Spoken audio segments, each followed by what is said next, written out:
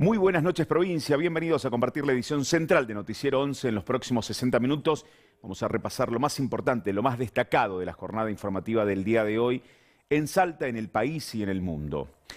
Ayer cerrábamos nuestro servicio informativo. Había una alerta vigente por parte del Servicio Meteorológico Nacional. No se había hecho efectiva durante horas de la tarde.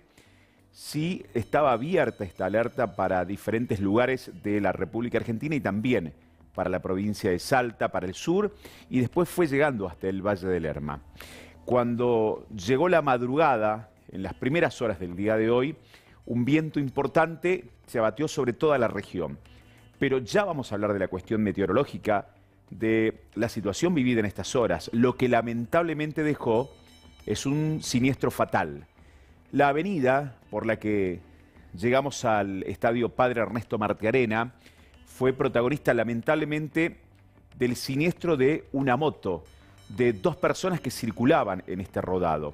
Una de ellas pierde la vida en el lugar, la otra es trasladada hacia el hospital San Bernardo en delicado estado de salud, como consecuencia justamente del impacto que ocurrió en el lugar tras la caída de uno de los arcos que se encuentran en ese lugar donde se desarrollan habitualmente las fiestas carnestolendas durante los meses de enero y febrero en la capital salteña. Según la información que ha transcurrido por estas horas, la mujer es asistida en el Hospital San Bernardo. No hay mayor información respecto a su estado de salud. Una persona fallecida, una herida. El saldo de lo ocurrido en la avenida Fernández Molinas en la madrugada de este día.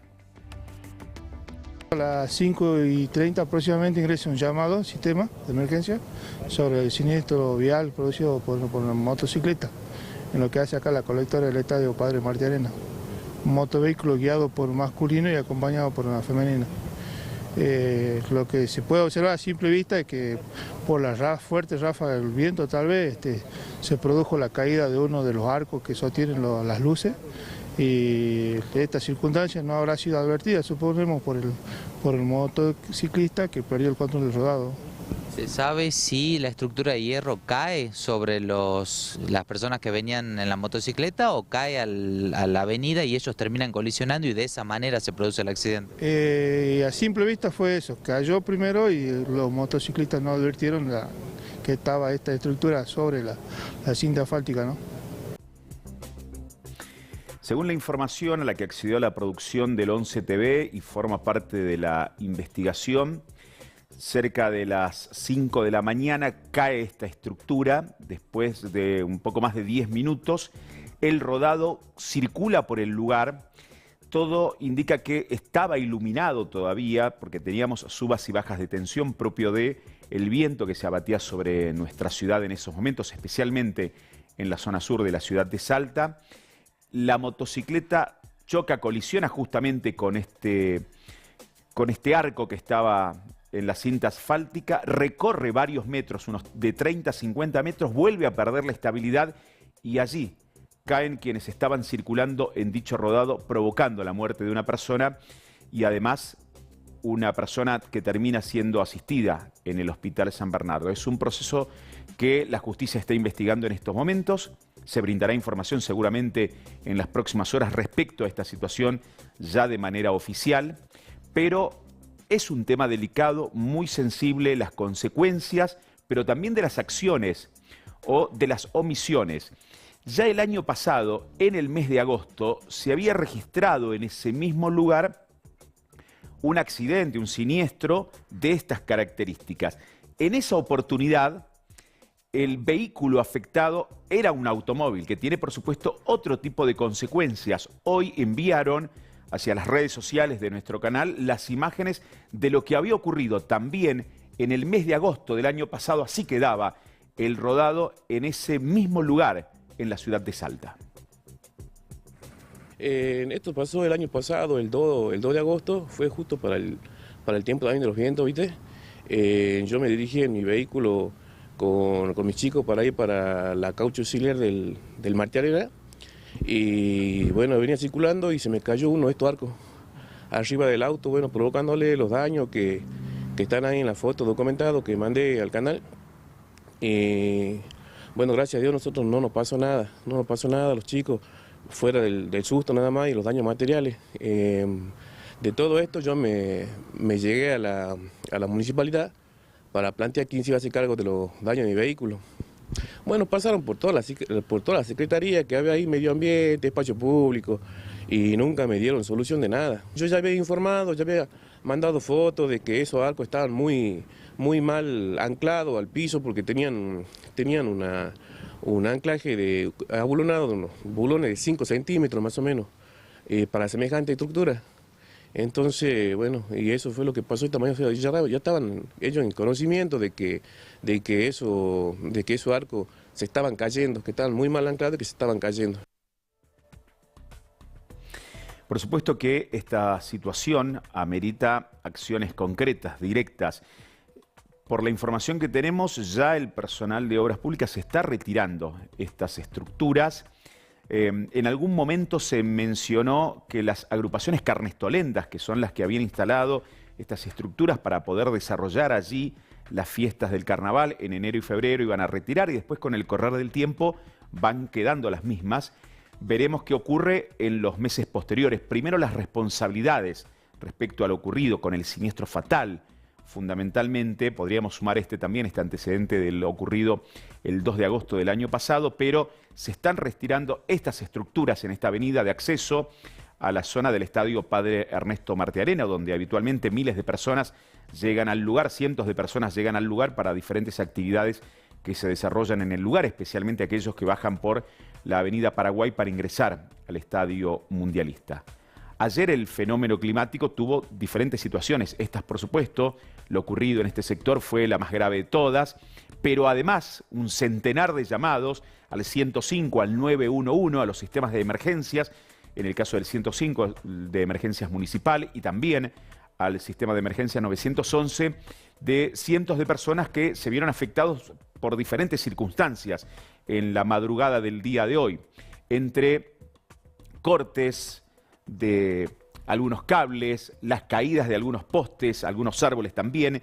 Se registraron más de 130 llamados al sistema de emergencias 911, hubo asistencia a vecinos en más de 30 barrios de la capital. Se registraron daños en techos de viviendas, voladuras de chapas, caída de árboles, de postes, de tendido eléctrico, entre otros hechos ocasionados por las condiciones climáticas de esta madrugada. Defensa Civil recomendó, y esta recomendación rige para la jornada de hoy, mañana, el viernes, la semana que viene y todos los días, especialmente en esta época del año, no quemar pastizales, restos de poda, hojas ni basura, no arrojar colillas de cigarrillos en espacios abiertos a fin de evitar riesgos de incendios forestales. Ante cualquier situación, en el caso de la ciudad de Salta, 105, la línea de emergencia, y también se pueden comunicar al sistema de emergencias 911.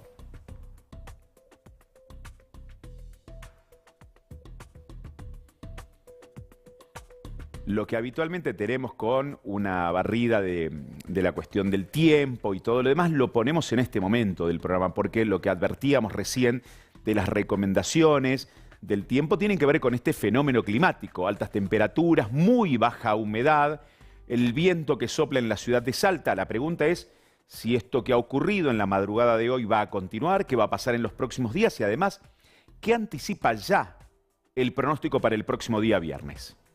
Hoy hubo un viento, llamémosle toro, y el que no quiera que sea toro, que sea vaca o sonda.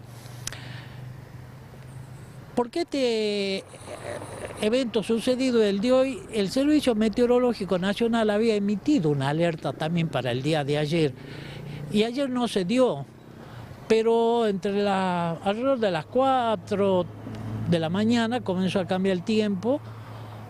Ascendió muchísimo la temperatura, de 9 pasó a 19 grados, la humedad relativa del 89% bajó a 9%, también aumentó la velocidad del viento, y entonces se configuró todo un cuadro de situación y se confirmó el pronóstico o el alerta del Servicio Meteorológico Nacional.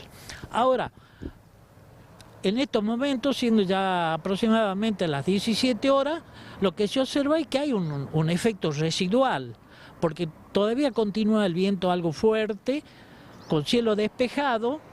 Vemos también, podemos observar mucho polvo en suspensión, y esto irá disminuyendo gradualmente durante mañana miércoles, el jueves. Pero atentos que el día viernes está previsto que la temperatura máxima pueda superar los 30 grados, la humedad relativa baje, sea inferior al 10%, también una muy baja presión atmosférica, y a ello le sumamos una baja presión atmosférica, una baja humedad relativa, y también las velocidades de viento previstas son importantes, porque están por arriba de los 25 kilómetros. Para ese día hay probabilidad de viento de 50 kilómetros, lo cual estaría configurando un nuevo evento toro.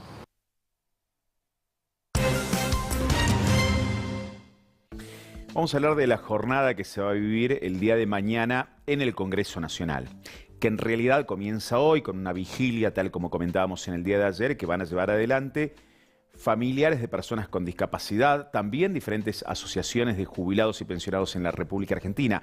Mañana es un día clave para estos sectores de la sociedad argentina, y además es una jornada clave en estos tiempos políticos que está viviendo nuestro país.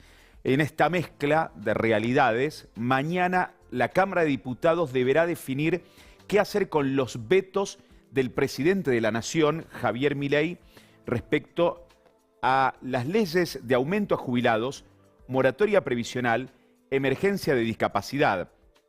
También está previsto tratar el veto presidencial al proyecto de ley aprobado por las dos cámaras del Congreso que habilitaba fondos especiales dirigidos a la reconstrucción de Bahía Blanca, y después también la situación de subsidios para los afectados. La iniciativa fue retirada del temario de la sesión. Para revertir los vetos se necesitan reunir 2/3 de los votos en ambas cámaras.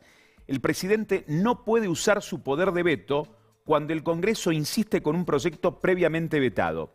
Se van a tratar también 2 proyectos que ya tienen media sanción del Senado y que fueron pedidos por los gobernadores: el que modifica la coparticipación de los aportes del Tesoro Nacional, los denominados ATN, y el que implica cambios al impuesto a los combustibles líquidos.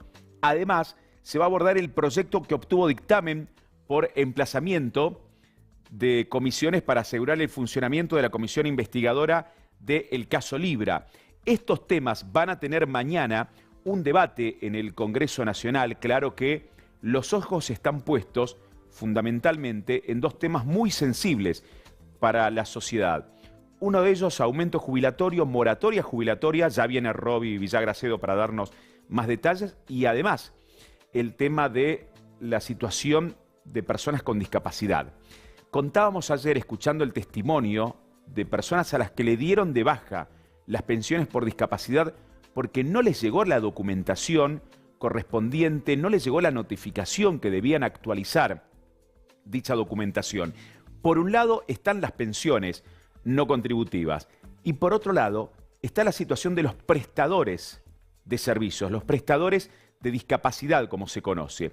Ellos vienen reclamando que tienen muy atrasados los valores, que Nación desde el año pasado no actualiza, que cobran realmente miserias en este punto y que empezaron a dar de baja dichos servicios, lo que termina afectando a personas con discapacidad. La verdad que estamos pasando momentos difíciles como hace mucho tiempo, muchos años, pero este ha sido el peor año de toda mi vida, 18 años de transporte de discapacidad. Se está programando una vigilia para hoy a partir de las 19 en gran parte del país y también para mañana una marcha a las 11 de la mañana en diferentes provincias también. Como eje principal va a ser lo que es el Congreso de la Nación, habidas cuenta de que se va a estar tratando lo que fue el veto a la ley de emergencia en discapacidad en diputados. Realmente es una situación crítica, el 30% de los transportes de discapacidad ya ha dejado de trabajar, ha devuelto las licencias, directamente ha dejado de prestar servicio, y lo cual implica que muchas personas con discapacidad lamentablemente han quedado sin transporte para acceder a sus terapias. En Salta es muchísimo peor, porque lamentablemente en Salta tenemos la dificultad de que no solo las obras sociales nacionales no están pagando, las sindicales muy poco, y en Salta la obra social más grande, que es el IPS, nunca quiso actualizar los valores a valor nación, que aún hoy es irrisorio, pero imagínate que el IPS paga el 60% de un valor mínimo de nación, así que es imposible trabajar también. Esta es la situación planteada. A partir de allí la pregunta es, con todo este contexto, ¿qué van a hacer los diputados el día de mañana? Sabemos que el gobierno nacional tuvo el acompañamiento de algunos gobernadores en algunas leyes que se trataron en la Cámara de Diputados especialmente. El Senado fue más duro para el gobierno nacional.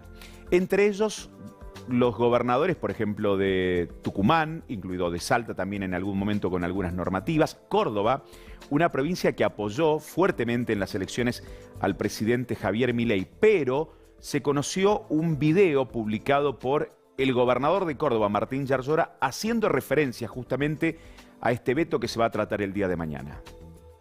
Quiero hacer público mi acompañamiento a la ley de emergencia en discapacidad. Por eso desde Córdoba le decimos no al veto. Esta ley no pone en riesgo el equilibrio fiscal, pero sí la vida de miles de personas. Argentina no va a salir adelante dándole la espalda a quienes más lo necesitan.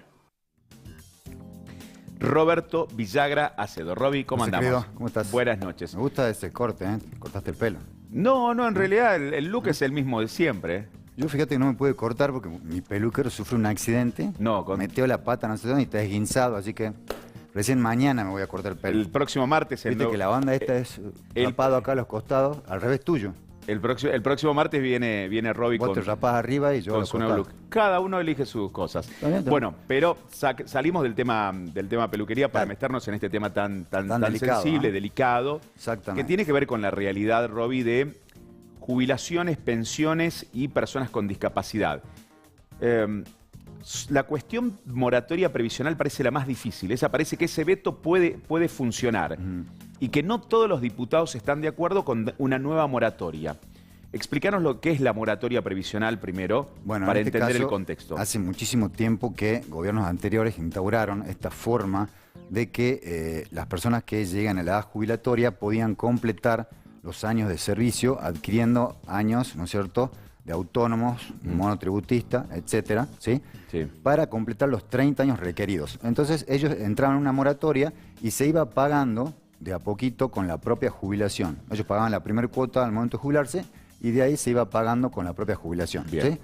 En realidad esto causó un gran desfasaje en el sistema porque incorporó a muchísimas personas que no tendrían el derecho para hacerlo, ¿sí?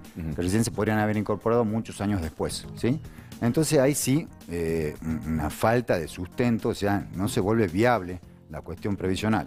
Recordemos que te acordás que hay, entre trabajadores en relación de dependencia, creo que hay 10.200.000, más monotributistas y autónomos cerca de 3 millones. Tenemos 13 millones de personas que son las que aportan al sistema previsional.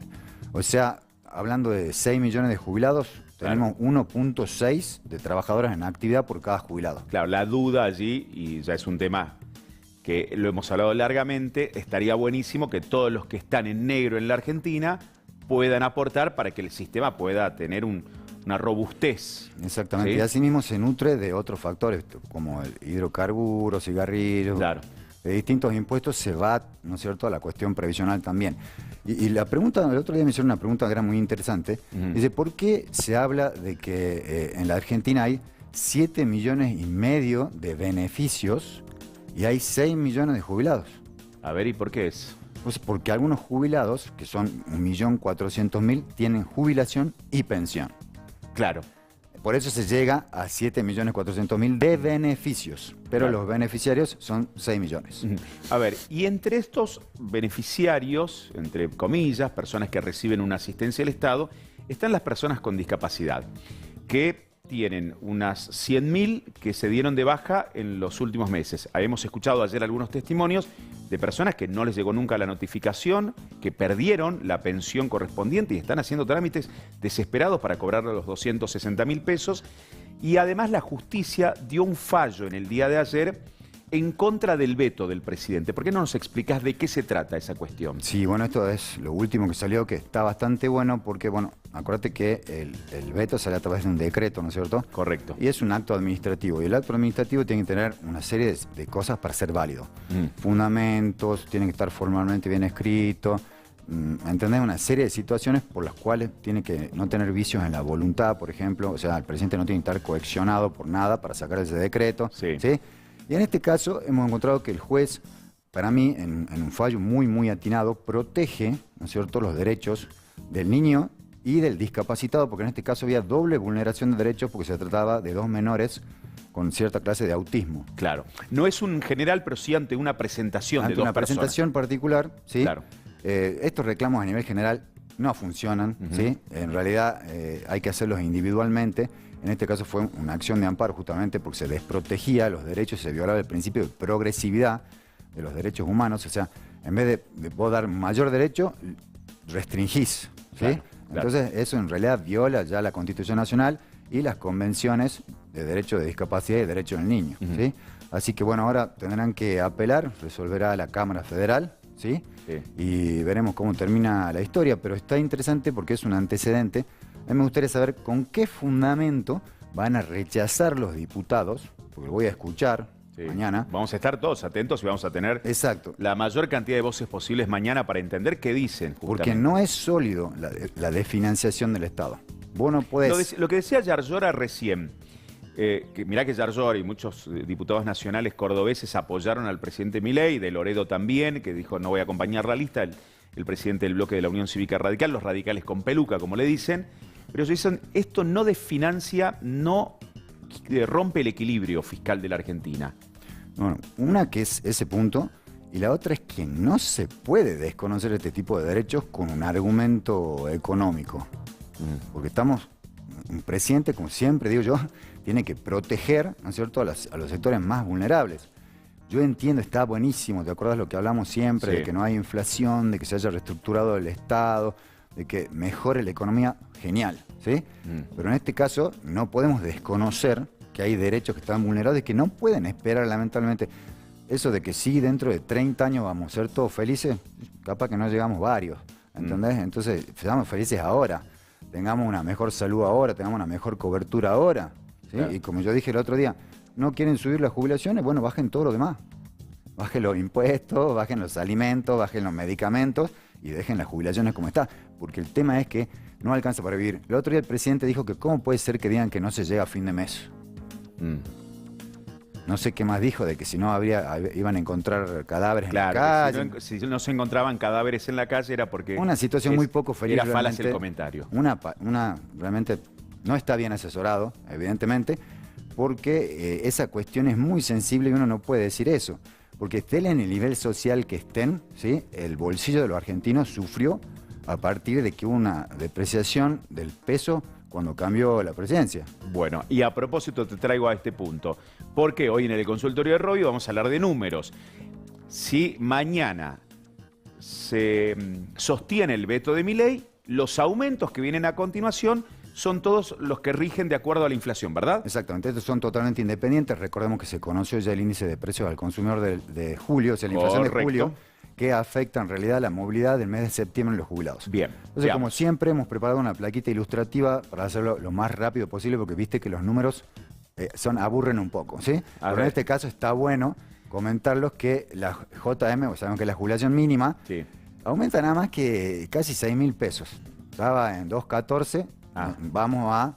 en 3.14 vamos a 3.20. Exactamente. Y más el bono llegamos a 3.90. Bien.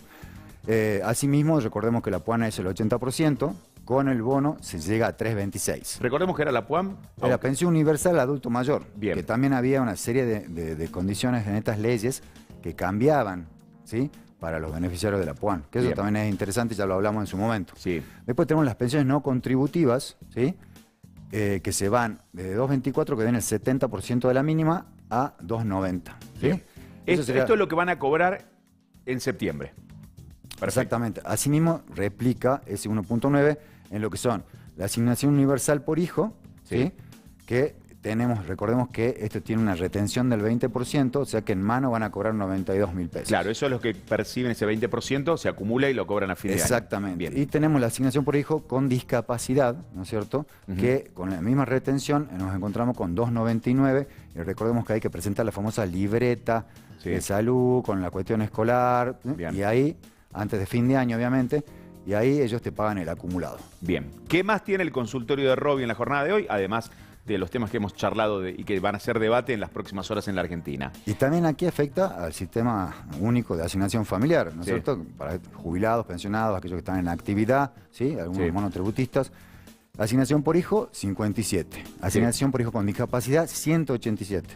Asignación por matrimonio, ¿vos te pensás casar, José? No está en mis planes por el momento. Mirá que está bueno, 160.000 pesos. Mira, 160.000 pesos. La mitad de una jubilación mínima. Sí, pero el tema es que con qué gastás. Yo tengo un amigo que se casa en estos días, le mandamos un abrazo muy grande para él, ya lo saludaremos formalmente a un colega y amigo, pero con 160.000 pesos en el presupuesto... Pero te hace una fiesta impresionante, en la vereda de tu casa, con unos sándwiches. Mira, la verdad creo que alcanza para una picadita acá en el canal y no más que eso. Bueno, fuera de broma, después tenemos la asignación por nacimiento de 67, tampoco te voy a preguntar si va a tener hijos. No está en los planes. Y la asignación por adopción 401 más la asignación por cónyuge que tienen... una vez vino una señora y me dice, doctor, ¿cómo puede ser que a mi marido le paguen 13.000 pesos por mí? Y encima él no me los pasa. Entonces, bueno, 13.000 por cónyuge. 13.000 pesos por cónyuge. Por cónyuge. Así que dentro de todo van subiendo las cosas. Robbie, gracias como siempre por venir a visitarnos. Venís el martes, ¿no? Sí, estamos a la expectativa de lo que pasa mañana. Por supuesto. Va a ser un gran análisis el martes que viene seguramente de la actuación de nuestros legisladores. Estaremos atentos. Lo que sí continúa pagándose en realidad, son con los valores del mes de julio, las jubilaciones y pensiones. La franja 1 se está abonando en el día de mañana, documentos terminados en 8, culmina documentos terminados en 9 el próximo día 21 de agosto.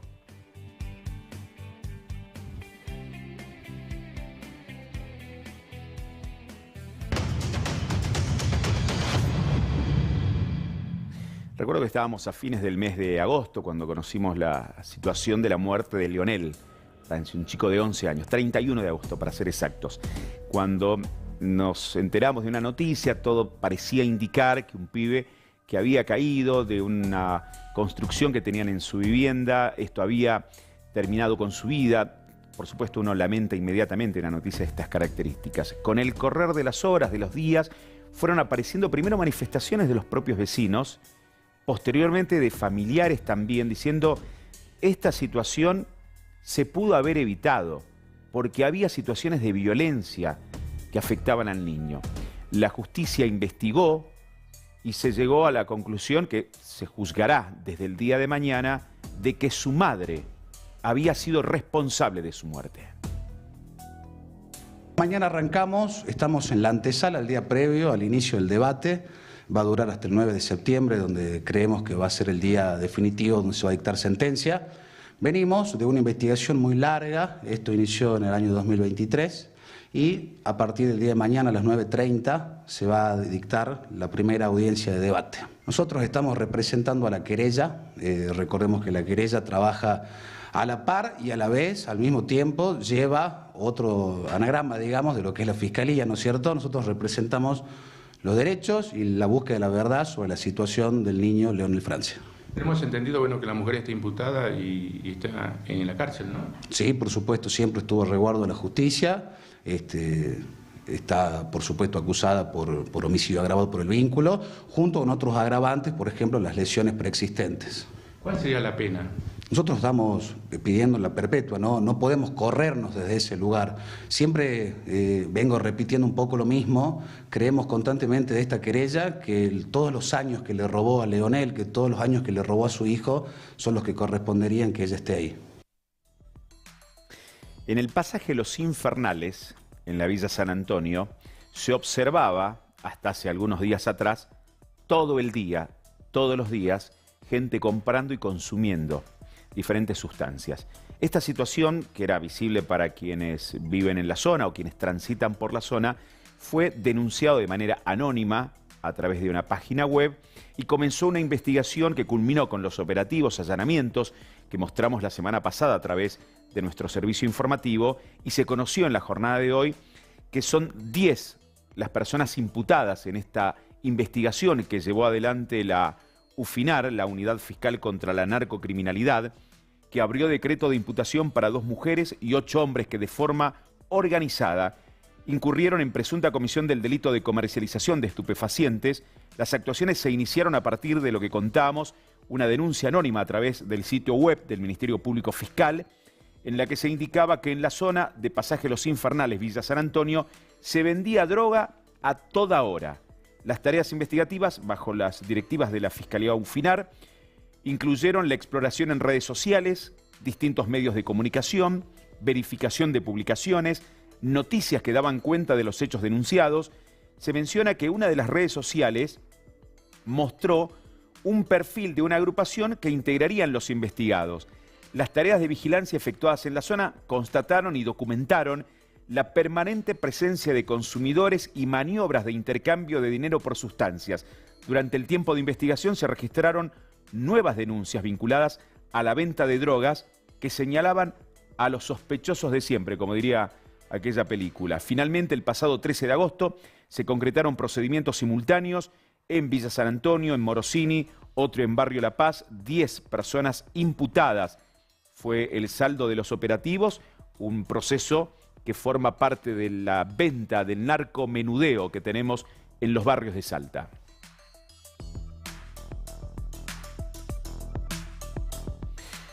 Él cumplía tareas comerciales en la zona de frontera, en la zona de Salvador Massa, pero vía telefónica coordinaba el paso de importantes cargamentos de droga. ¿Cómo detectan que era el responsable? Con unos peritajes de voz. El 80% de ese peritaje demostró que la voz pertenecía a este comerciante norteño que fue condenado en las últimas horas por estas imágenes que ya habíamos mostrado a través de nuestro servicio informativo, porque fue el año pasado, en mayo del año pasado, nuestro departamento de archivos buscó el material justamente y nos dicen en la segunda semana de mayo fue el dato, y exactamente esto ocurrió en la segunda semana de mayo. Un camión que tenía un doble fondo donde transportaban una importante cantidad de cocaína, y la justicia federal finalmente terminó condenando en las últimas horas al responsable. Ya hubo una condena anterior a quienes transportaban la droga, y el Tribunal Oral Federal 1 de Salta condenó a Lucas Manuel Bonilla, comerciante de Salvador Massa, a 9 años de prisión por el delito de transporte de estupefacientes agravado en el número de intervinientes. La investigación fue impulsada por la fiscal Lucía Orsetti, de la sede descentralizada de Tartagal. Demostró que Bonilla coordinaba la maniobra y daba órdenes a través de teléfonos de terceros. Un peritaje de voz con un 80% de coincidencia fue clave para probar que era él quien se comunicaba con el chofer del camión, identificado en su celular como Frío. El jefe de la banda era Frío, porque uno puede agendar en el celular el nombre de algunas personas con diferentes situaciones, mecánico, situaciones de compañero 1, compañero 2. En este caso, el jefe de la banda era Frío en la agenda. El caso se inició en mayo del 2024, cuando Gendarmería Nacional detectó en la ruta 34, a la altura de La Quena, entre Embarcación y Pichanal, 422 paquetes ocultos. En su estructura, el cargamento contenía 134 kilogramos de cocaína. Este hecho se dio a conocer oportunamente y en estas horas se conoció la condena al responsable, al ideólogo de la banda narco.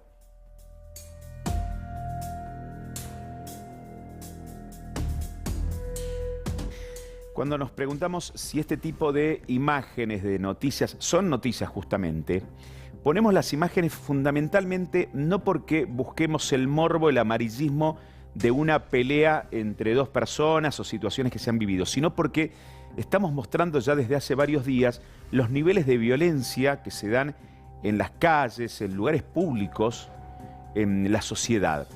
Además, estas imágenes tienen la particularidad propia de la época, por supuesto, de estos tiempos de redes sociales, que queda registrado todo en videos que inmediatamente se viralizan en redes sociales. Esta pelea se dio en Santa Victoria Este. En un primer momento se había referenciado que se trataba de docentes de esa zona del norte provincial. No fue confirmado. Sabemos que el Ministerio de Educación estaba investigando si se trataba efectivamente de personas que cumplen tareas en establecimientos educativos de la zona. Los testigos señalaron que ambas mujeres serían docentes, pero reiteramos, esa etapa está en investigación por parte del Ministerio. Fue escenario de este episodio de violencia que conmocionó a toda la comunidad, este video grabado por los testigos, que lejos de separar en una primera instancia, lo que hacen todos es sacar el celular para registrar y después inmediatamente subirlo a las redes sociales. Dos mujeres en una pelea, una de ellas toma un rebenque y golpea a la otra ante la mirada de las personas que reiteramos, y en los videos se escuchan los gritos de zapucay, casi alentando a una pelea de estas características. De acuerdo con las versiones recogidas en el lugar, estas mujeres involucradas tenían una polémica, un repudio expresado en la comunidad, una confrontación que terminó yéndose a las manos y se viralizó este hecho de violencia en la localidad de Santa Victoria Este. Reiteramos, la cuestión de la tarea que llevaban adelante, si tenía que ver con un rol educativo, eso está en proceso también de investigación, pero formó parte de los hechos más virales de las últimas horas en la ciudad de Salta.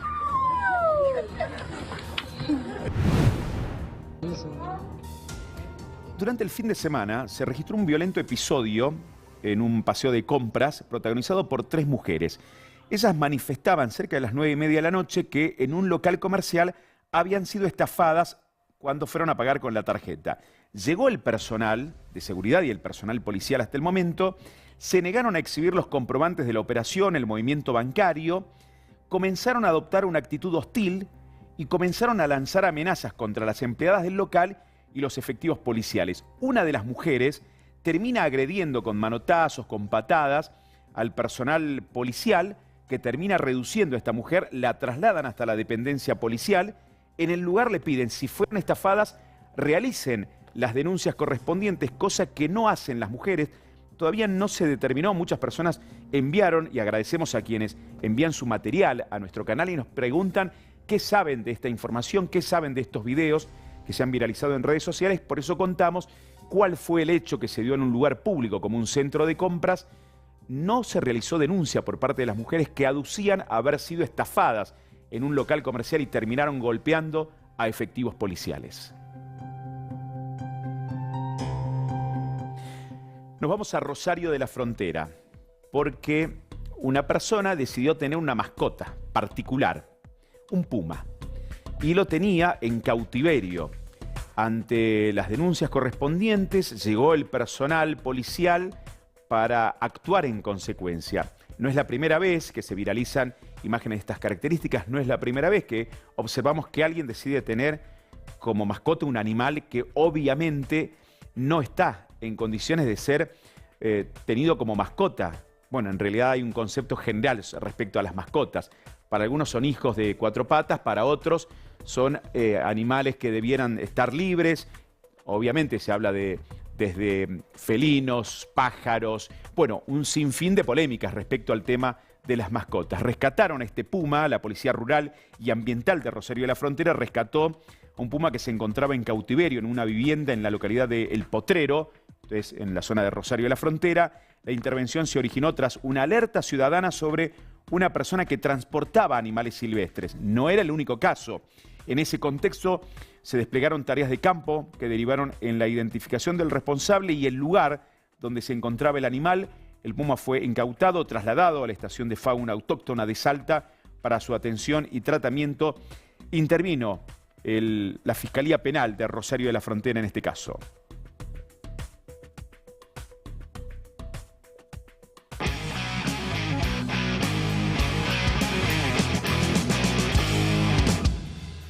Por ese palpitar que tiene tu mirar, yo puedo presentir que debe ser de los pocos artistas a los que no hace falta presentar. Un día como hoy nacía hace 80 años Roberto Sánchez. Sandro para todos. El Sandro de América, el Sandro de las nenas, el primer gran rocker de nuestra música nacional. Y con él vamos a irnos a la pausa, por supuesto. Qué buen momento, siempre es una buena excusa para escucharlo. Donde esté, allí celebrando con sus canciones y sus éxitos 80 años. Nacía Sandro, de las voces más populares y queridas de la República Argentina. Pausa y cuando regresemos más información en la pantalla del 11. Que muerde el corazón y que obliga a callar. Yo te amo,